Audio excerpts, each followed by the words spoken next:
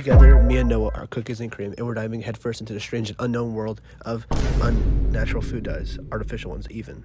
Drop a like and to be notified for next time we upload a video. But first, before we start anything, let's take a word from our sponsor, Raid Shadow Legends. Today's video is sponsored by Raid Shadow Legends, one of the biggest mobile role-playing games in 2019, and it's totally free. Currently, almost 10 million users have joined Raid over the last 6 months, and it's one of the most impressive games in its class with detailed models, environments, and smooth 60 frames per second animations. All the champions in the game can be customized with new gear that changes your strategic buffs and abilities. The dungeon bosses have some ridiculous skills of their own, and figuring out the perfect party and strategy to overtake them is lots and lots of fun. Currently, with over 300,000 reviews, Raid has almost a perfect score on the Play Store. The community is growing fast, and the new highly anticipated new Faction Wars feature is now live.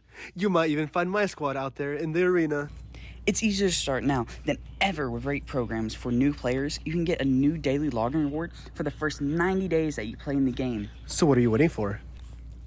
Go to the video description, click on the special links, and you'll get 50,000 silver and a free epic champion as part of the new players program to start your journey. Good luck, and I'll see you there. So does food dye cause cancer? Does it? Because that's a really good question. Other negative effects? Well, before we get into that, let's embark in the history about food dyes.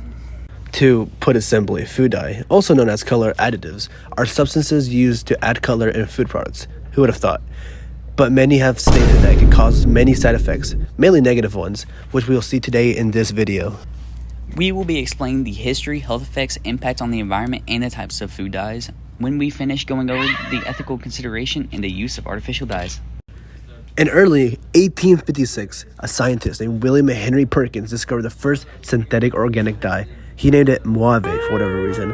After that, others quickly discovered more food dyes, and especially more ways to utilize them. In recent times, people have been more scared of food dyes, and the regulations have been imposed to greatly reduce them. In the EU, they take more precautionary approach that requires authorization for use and label warnings, unlike the US, who are lenient and based on presumptions on safety until proven otherwise. There are 4 primary groups of pigments that are grown specifically for the purpose of food coloring products: carotenoids, chlorophyllin, anthocyanins, and bentonins. These dyes are found in everything, in particular throughout breakfast cereals, candies, snacks, beverages, and vitamins, and other products. Sadly, a lot of these products are aimed for children use as well, and surprisingly, food dye doesn't even need to be put in food, just applied to make it look better. Artificial food dyes can have many sorts of effects, some of it mainly like hyperactivity or even irritability, even memory problems. And this is most notable in children, especially children. Those children are just not very good with food dyes. The dye hates the children, and those effects appear within hours or even a day or two. But either way, they will receive the effects inevitably. These kids actually need to lock in.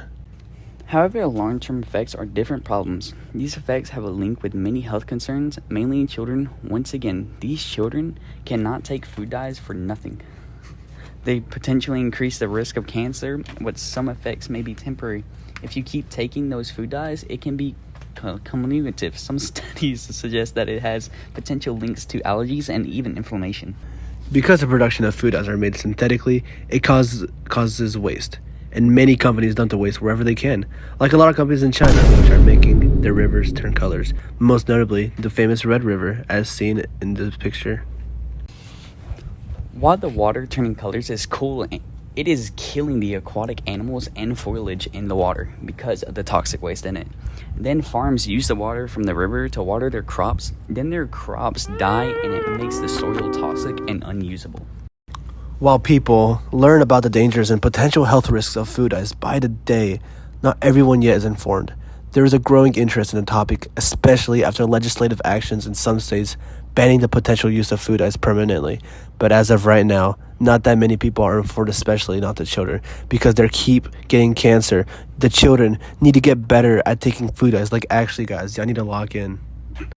In my expert opinion of me personally, Noah, I think companies should label at least that their food is food dyes and certain products that they sell. Like in Europe, Here, it's not very bueno.